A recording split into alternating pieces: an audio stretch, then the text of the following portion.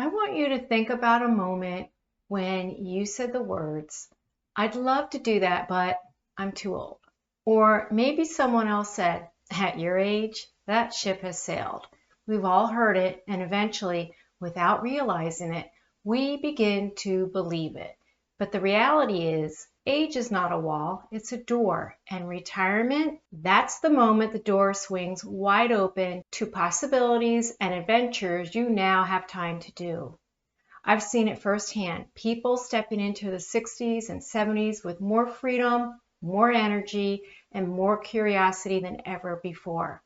What defines them isn't their age, it's their mindset, their habits, and the way they choose to live this phased-in transition. Let me tell you about my neighbor, Jim. Jim retired at 66, and everyone thought he'd slow down, play golf, nap, repeat. Instead, he signed up for cooking classes. He said, "I finally have time to eat the way I should have years ago." Now, not only does he cook incredible meals, he hosts dinners for friends every month. Retirement gave him a new passion and a new community. Plus, we get the benefit of his healthy cooking and a delicious meal at least once a month, which saves us from cooking for a night. Plus the community of sharing, catching up, and laughter. That's the thing. We've been told aging means shrinking possibilities, but the opposite can be true. With the right approach, retirement can actually be your expansion stage. Today, I'm reviewing 3 key points to refine what retirement looks like and why age doesn't and shouldn't set limits. Let's start with mindset. Key point number 1, because this matters more than age. So many of us fall into the self-talk trap of, "I can't start that now, I'm too old, I missed my opportunity." But neuroscience proves otherwise. Your brain can adapt and learn at any age thanks to neuroplasticity, the brain's ability to rewire itself by forming new neural connections and pathways, allowing it to adapt, learn, and create new functions. Pretty amazing. I have a friend who retired at 65 and decided she wanted to learn Spanish because she dreamed of traveling to South America. She was nervous and thought, oh, she'd never get it. But little by little, she practiced over time, and she took her first trip to Peru and ordered meals in Spanish with a huge smile on her face at age 67. Her age didn't stop her. Her mindset propelled her. Here's the thing. Once you challenge one limitation, you start questioning all the others. You realize you can pivot, explore, and create in ways you hadn't allowed yourself before. Drop in the comments, what's something you've always wanted to try but thought you're too old for? Now, let's talk about the body. Key point number 2. The body responds to consistency, not age. Yes, aging brings changes and some challenges. Maybe your joints feel a little stiffer in the morning. Perhaps recovery from exercise takes longer. That's real, no one's denying that. But that's not the full story. The full story is that your body still listens what you give it. Movement, strength training, stretching, nourishing food, and rest are all required at any age. I know a woman who didn't touch a yoga mat until she was 70. She started because her balance was getting a little shaky, like many of us who might be experiencing this, and she was afraid of falling.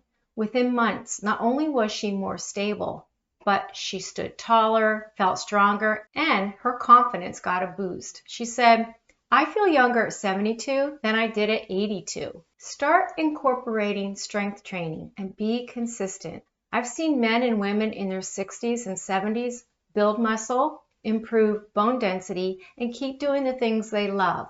Gardening, traveling, even picking up their grandkids, because they committed to consistency. It's not about competing with your younger self. It's about supporting your future self. Every walk, every stretch, every choice to move is a down payment on your independence and freedom years from now. What's your favorite way to move your body now? Walking, dancing, gardening, share it in the comments. It might give someone else a new idea. And here's the third key point, passion. So many people retire and feel a little lost once the honeymoon phase of retirement wears off. Work gave them structure, maybe even identity, and without it, they wonder, now what? In fact, retirement is the perfect time to rediscover what lights you up. Passion has no expiration date. I know a man who retired at 67. He wasn't sure what he wanted to do until he walked past a community animal shelter. He started volunteering once a week. Within months, that one day became the highlight of his week. He had purpose, he had connection, and he had joy. Another woman I know always wanted to paint. At age 72, she finally picked up a brush. Now, she sells her art at local markets, not because she has to, but because it makes her feel alive. Your passions don't have to be big or flashy. They just have to matter to you. Retirement gives you time and space to step into them, and this transition before retirement will give you a head start.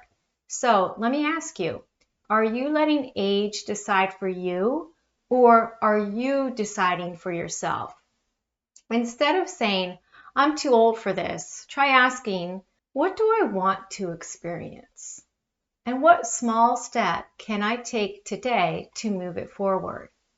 That's the power of this phased-in transition.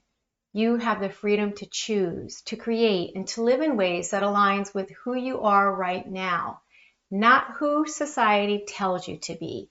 Here's what I want you to remember. Retirement isn't the end. It's the beginning of a new phase. It's a time to discover who you are and what excites you. Take the time now to explore your mindset, habits, and passions. And don't let age define your limitations. Your action step this week, move your body, feed your mind, and discover what lights you up. Because you are not too old. You are not too late. You are right on time. If this message resonates with you, hit like, subscribe, and share this with someone who needs the reminder. Age is just a number, but wellness is for life. Until next time, sage well.